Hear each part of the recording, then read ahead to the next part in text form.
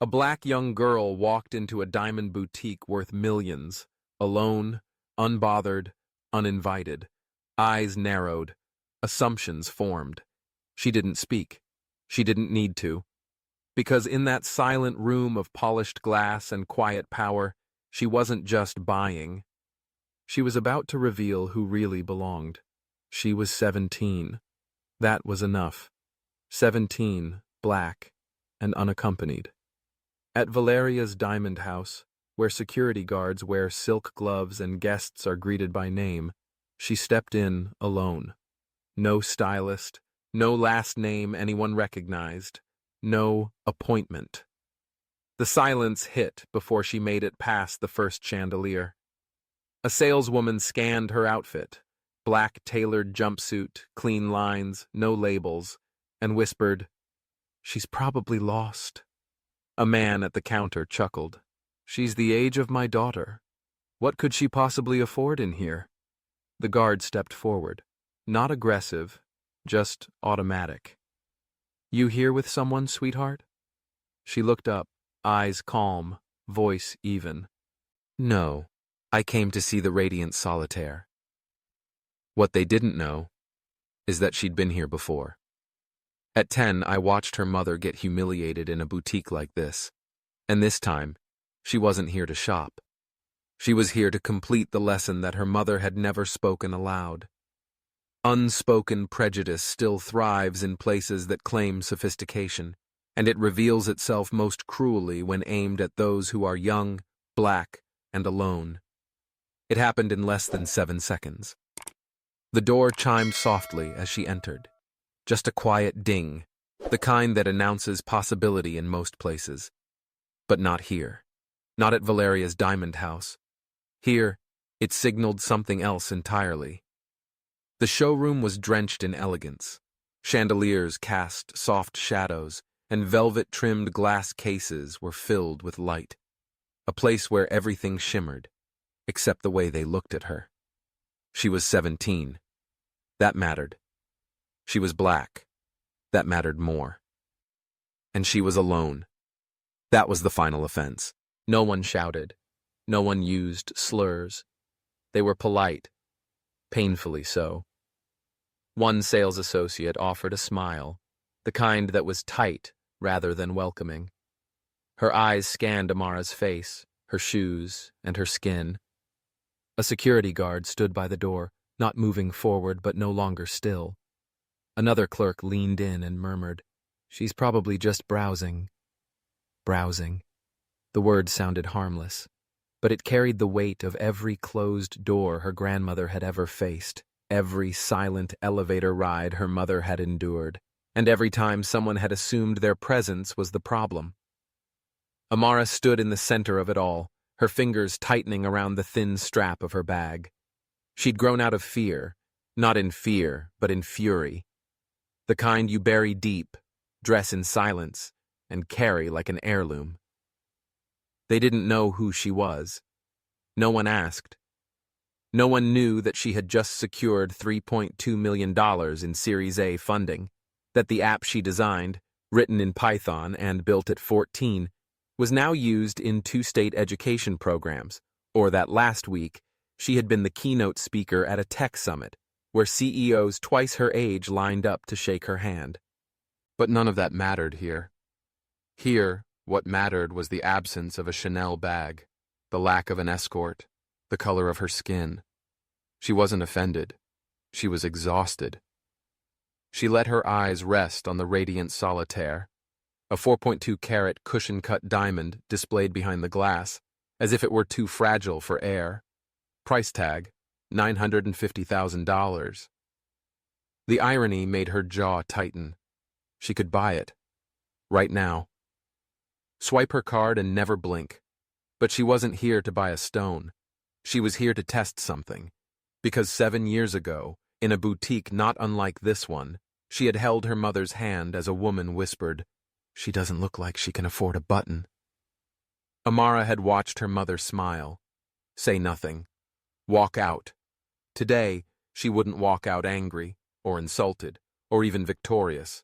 She would walk out transformed, because when they looked at her, They didn't see a prodigy, a CEO, or a leader.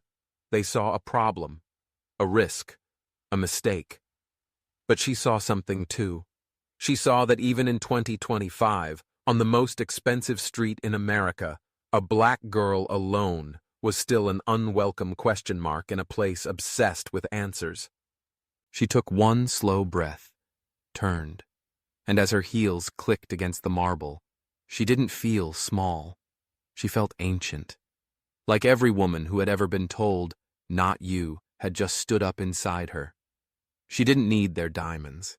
She had something sharper. Clarity. It wasn't the insult that stayed with her. Not exactly. It was the way her mother squeezed her hand. Just once. Firm, final. A pressure that said, "Don't speak. Just feel." Amara was 10. They had wandered into a boutique on the Upper East Side, her mother wearing her Sunday shoes and an old dress. Elora hadn't meant to buy anything that day, just to look, touch, maybe dream. It was the kind of quiet rebellion women like her allowed themselves on days when they needed to remember who they once wanted to be. The clerk had spoken softly, but not softly enough. "She looks like she can't even afford a button." No one defended them, and no manager stepped in. Other customers pretended to browse harder. The silence in the room wasn't empty. It was loaded. Amara had looked up at her mother, blinking. "Why don't you say something?" she whispered. And Elora, composed, proud, unmoved, had only said, "Because silence lasts longer than shouting." They had left, heads held high, but something shifted in Amara that day. She didn't understand the full weight of what happened, but she understood something sacred had been stepped on. Something in her mother had been bruised, and that bruising had passed through her hand into her blood. She carried it. At 12, she stopped dressing up to go shopping. She coded her first people parser at 13, a simple AI that analyzed speech for hidden bias. At 15, she told her mother she'd build something so powerful that no one could ever whisper, "She doesn't belong," again. But building didn't erase the memory. The memory became part of the design. When Amara walked into Valeria's diamond house at 17, she didn't just carry her bag, pitch deck, and ambition. She took that old silence, the way it had wrapped around her mother's dignity like a rope. It still looped itself around doors she wasn't expected to open. She walked in to see if it would happen again. It did. Different words, same verdict. But this time, she didn't hold back. She didn't lower her head. She walked out, called her mother, and told her everything. Elora listened, long pause. Then she said, "Text me the address. I'll go tomorrow." "You don't have to," Amara replied. "I know, but I want to." And that was it. The next morning, Elora arrived in a faded dress and house slippers. Nothing matched. No jewelry, no armor, just truth. She didn't cause a scene. She didn't announce herself. But when the store manager finally recognized her face from Forbes, the energy cracked like glass. "I'm not here to punish anyone," Elora said. "I'm here to ask a question." "Which is? When did we decide that money looks a certain way?" There was no answer. Only eyes. Amara wasn't there, but she felt the shift through the phone later that night. Her mother's voice was lighter, not happy, but freer. "You started something," Elora told her, "and you carried it farther than I ever could." What Amara realized that night was this. Some legacies come from inheritance. Others are forged in silence and later, in fire. Sometimes, a daughter returns to where her mother was diminished, not to break things, but to build something no one can tear down. Not a business, a boundary, a line drawn not in anger, but in honor. One that says, "Never again, not to us, not to anyone."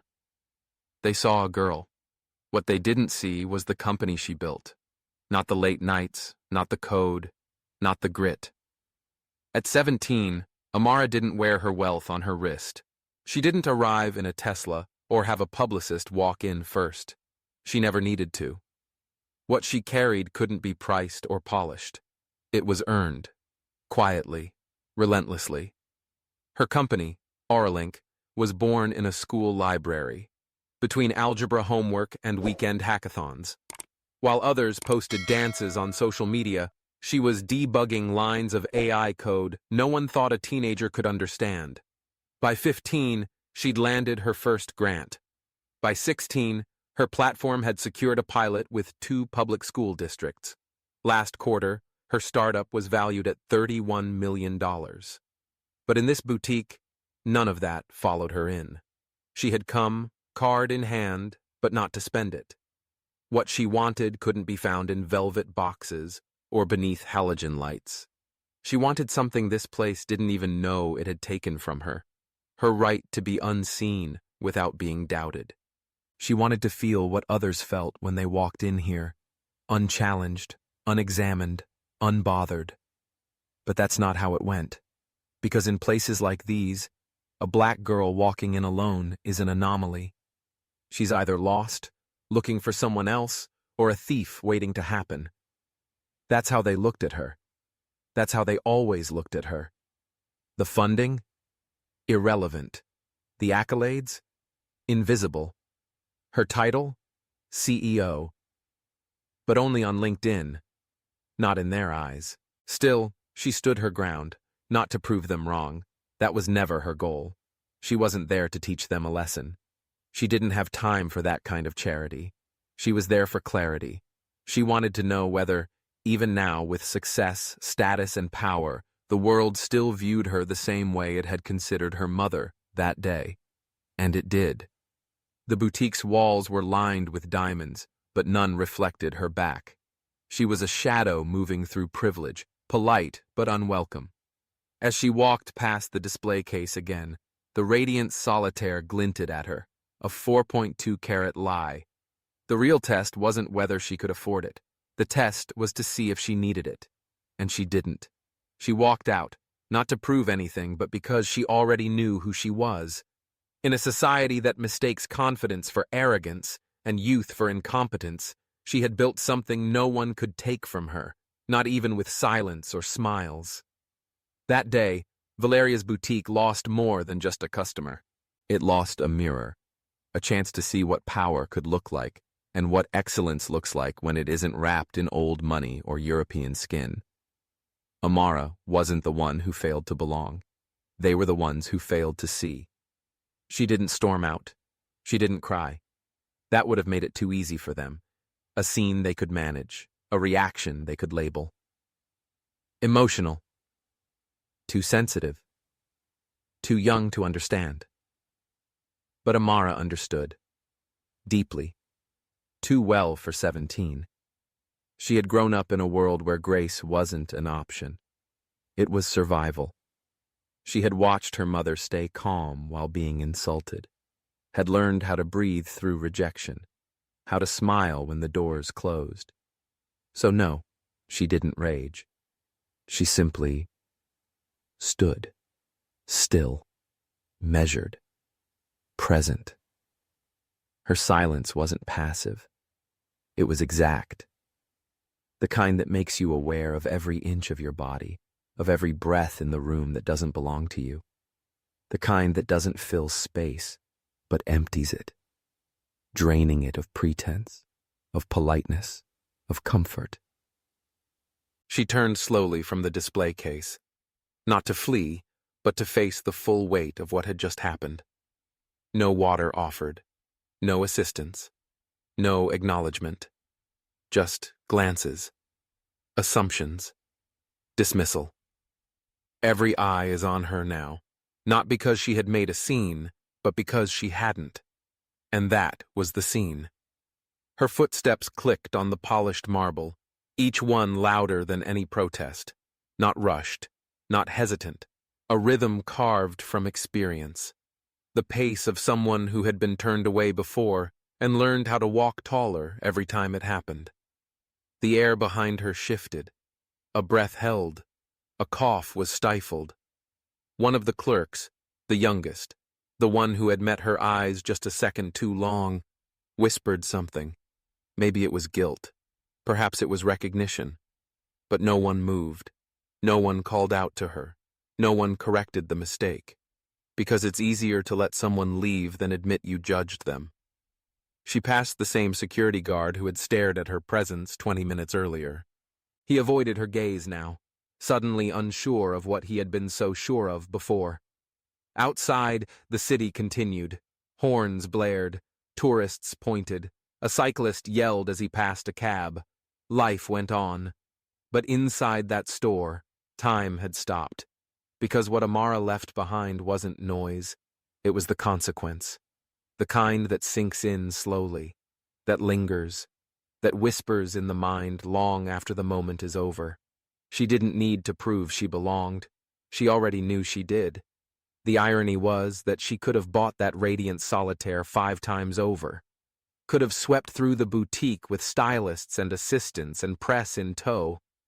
But that would have defeated the point. She hadn't come to impress.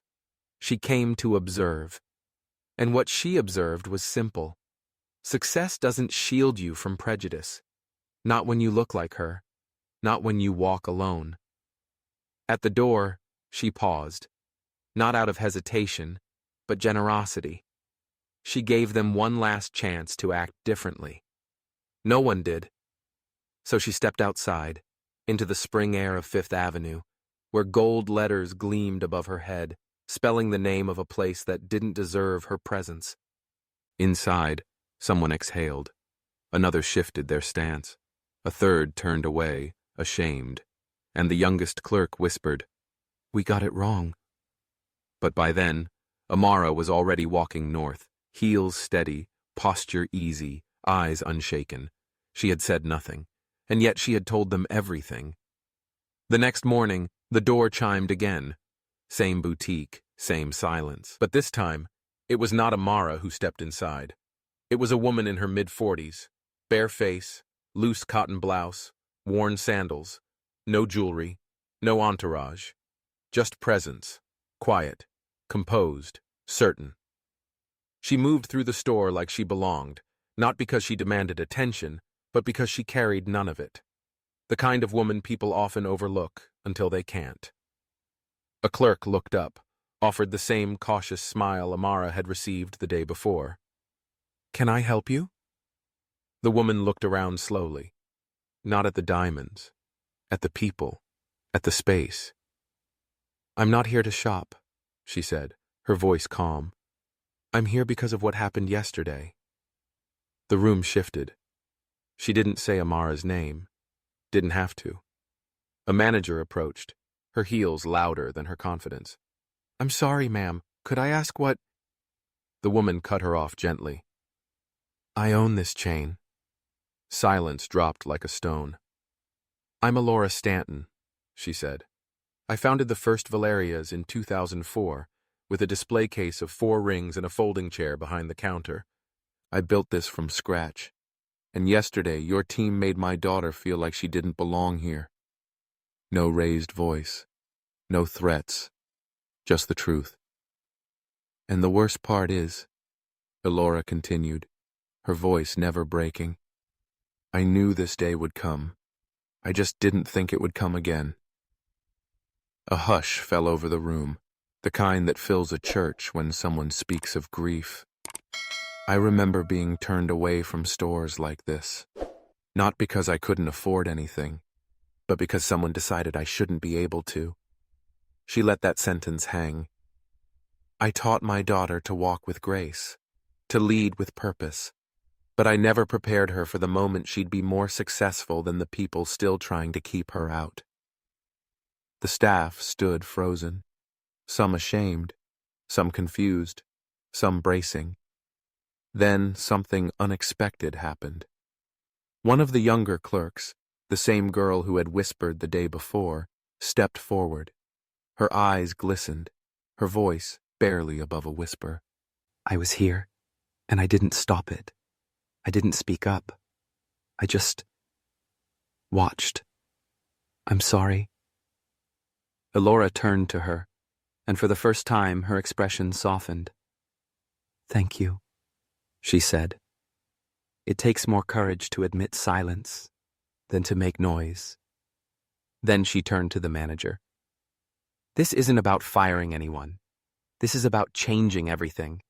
I want every associate retrained, not in how to sell diamonds, but how to see people.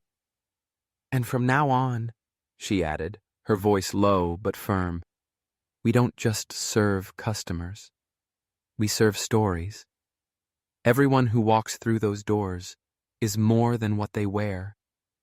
She paused. Then, quietly, "And sometimes, the ones who dress like they don't belong are the ones who built the floor you're standing on." No one spoke. Because what do you say when the mirror is that clear? 2 months later, the store didn't look all that different.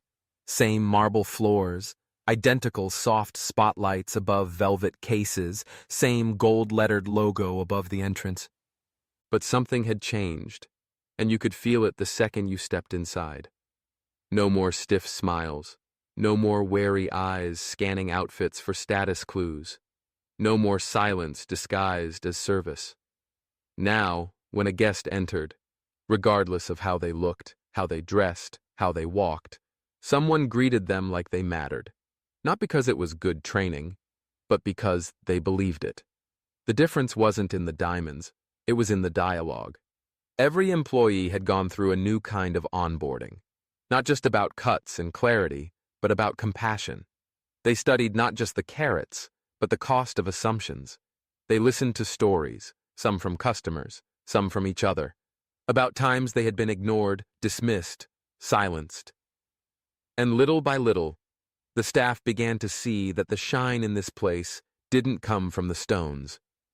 It came from the people. One morning, a young man walked in wearing a hoodie and thrifted jeans. He looked nervous. Before, someone might have followed him around, just in case. But this time, a woman named Tasha, once the quietest clerk in the room, walked right up to him with a warm smile and said, "Welcome. Take your time. Everything in here has a story, and so do you." He smiled back, relaxed, stayed, and an hour later, he left with a promise ring. Not because someone convinced him, but because someone saw him. The store started receiving reviews, not about the diamonds, but about the experience. Felt like I was a human being, not a wallet. They treated my grandma like royalty, even though she came in wearing her gardening clothes. I came in with nothing to buy and left with hope. The boutique had become more than a place to buy beautiful things. It had become a place where people felt beautiful being themselves. The team printed a new plaque for the entrance. Not a policy, a philosophy. It read, "Every person who walks through these doors brings a story. We don't judge it. We don't question it. We honor it." Sales didn't drop. In fact, they grew. But more than that, the staff grew. One employee in a staff meeting put it best. "We used to sell diamonds. Now, we offer reflection." At the back of the store, behind the main display, a miniature portrait was hung. It showed a woman in sandals and a cotton blouse, not posed, not styled, just standing. The plaque beneath it read, "Elora Stanton, founder, mother, builder of rooms. No one should be afraid to enter." He didn't come to the shop. He was just an old man, in his early 70s, leaning on a wooden cane. His name was Walter. He came in out of the rain because his daughter, a nurse on night shifts, had told him he needed to walk more. "Stretch your legs, Dad. Get some air." So he wandered into Valeria's, a boutique he'd never dared enter in his younger years. Born in Harlem, fought in Vietnam, spent most of his life working as a janitor in Midtown, sweeping lobbies of buildings he couldn't afford to live in. Diamonds were never his world. But on that day, the story inside became his. He stood by the corner case, not touching anything, just watching. He saw Amara walk in, her eyes sharp, her body language composed. He saw the hesitation in the clerk's smile. He saw the way security subtly repositioned. He saw the way wealth was expected to look, and how anything outside that frame was met with caution. He watched it all unfold as if it were déjà vu. It reminded him of something he'd seen once in 1968, when a young black lawyer had been denied service at a white restaurant simply because the tie he wore wasn't suitable. Walter had watched them too, quietly, powerless. Now, decades later, he was watching again. But this time, something different happened. Amara didn't fight, didn't beg, didn't try to prove herself. She simply turned and left, not weak, not angry, just clear. Walter stayed longer than he meant to that day, long enough to see the next part, long enough to see Elora Stanton walk in, dressed like someone the world wouldn't pause for. But the world did. He listened from a quiet bench by the side as Elora spoke, calm, steady, generous, even in her disappointment. When the young clerk apologized, genuinely, trembling, he felt something shift. Not in the room, in him. Weeks passed. Walter came back. Not to shop, just to sit. The boutique had changed, but it wasn't the training. It wasn't the plaque on the wall. It was the people. One afternoon, he brought his granddaughter, Maya. She was 16, wearing sneakers, natural curls, and a hoodie. They sat near the front while Maya admired a small sapphire ring, something she said she might save up for after college, and no one questioned them. No one hovered. They were offered hot tea. As they stood to leave, Walter turned to the clerk, nodded, and said softly, "Thank you." She smiled. "Of course, sir." Then he looked toward the portrait of Elora on the back wall, eyes full of thought. He whispered something so low, Maya had to lean in to hear him. "It's not the diamonds that shine brightest in here," he said. "It's the people who stayed and changed." And as they stepped out into the sunlit street, he added, "You know, baby girl, for the first time in my life, I didn't feel like I needed to earn my right to be somewhere. I just was." It wasn't a grand reopening. There were no balloons, no champagne, no cutting of ribbons. The store opened as usual one morning. The sun hit the window panes the same way it had for years, spilling gold across the marble floors. Everything looked as it always had. Except for the mirror. It had been installed quietly. No one advertised it. No one explained it. At the far end of the boutique, where once the Radiance Solitaire had shimmered behind glass, there now stood a full-length mirror, tall, narrow, framed in dark wood. No brand name, no caption, no spotlight. But it stopped people cold. Because this mirror, it didn't reflect jewelry, it reflected you. And etched into the wooden frame, barely visible unless you stood close, were the words, "What you see is not all there is." Elora S. People came closer. They stared at themselves, at their tailored suits, at their designer heels, at their discount jeans, at their tired eyes. And for a moment, something shifted. Some customers smiled softly. Some turned away quickly, uncomfortable. Some lingered. But now and then someone would stop, really stop, and whisper something. One woman, in her 60s, stepped in front of the mirror with her teenage grandson. They both looked in, and after a long pause, she said to him, "You deserve to be anywhere your feet can carry you." A quiet nod. A tear he tried to hide. A hug that didn't need explaining. The staff never commented on the mirror. They just let it be. It became part of the ritual. Come in. Breathe. Buy something, or don't. But look. Truly look. Amara came back once. Alone again. No announcement. She walked through the boutique as if it were just another Tuesday. But when she reached the mirror, She paused. She looked at herself. At the girl who once stood here and walked out because no one could see her. At the woman she had become, not in age, but in knowing. And behind her, in the reflection, she saw them. Not security, not silence. Smiles. Real ones. The youngest clerk, the one who had once stayed quiet, stood a few feet away. She didn't speak, but her eyes said it all. "I see you now." Amara smiled, just slightly. She turned, nodded once, and left. This time, not because she had to, but because she could. The door chimed. The sun spilled in. And the mirror stayed. That was the thing. Diamonds will sell. Walls will be repainted. Logos will fade. But a mirror, the kind that forces you to face not your reflection but your assumptions, that stays. Even after the lights go off. Even when the store closes. Even long after people forget the names. They remember how they were seen or how they failed to notice. And so the final lesson didn't come from policy. It came from presence, from knowing that true luxury is not what you wear. It's how you treat someone who walks in wearing nothing you recognize. That mirror didn't just reflect customers. It reflected America. And on Fifth Avenue, on a quiet morning like any other, a store full of jewels finally learned what it meant to shine.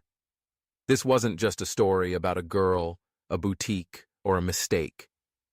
It was a story about us, about how easily we judge, how rarely we look deeper, and how dangerously quiet prejudice can be. Because sometimes the most powerful thing in the room is the way someone leaves it. So here's the question.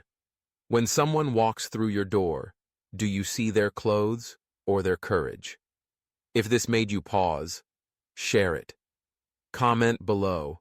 Your voice might be the mirror someone else needs. And don't forget to subscribe to Our Chanel, where every story leaves a mark, and every voice has a place. Thank you for listening.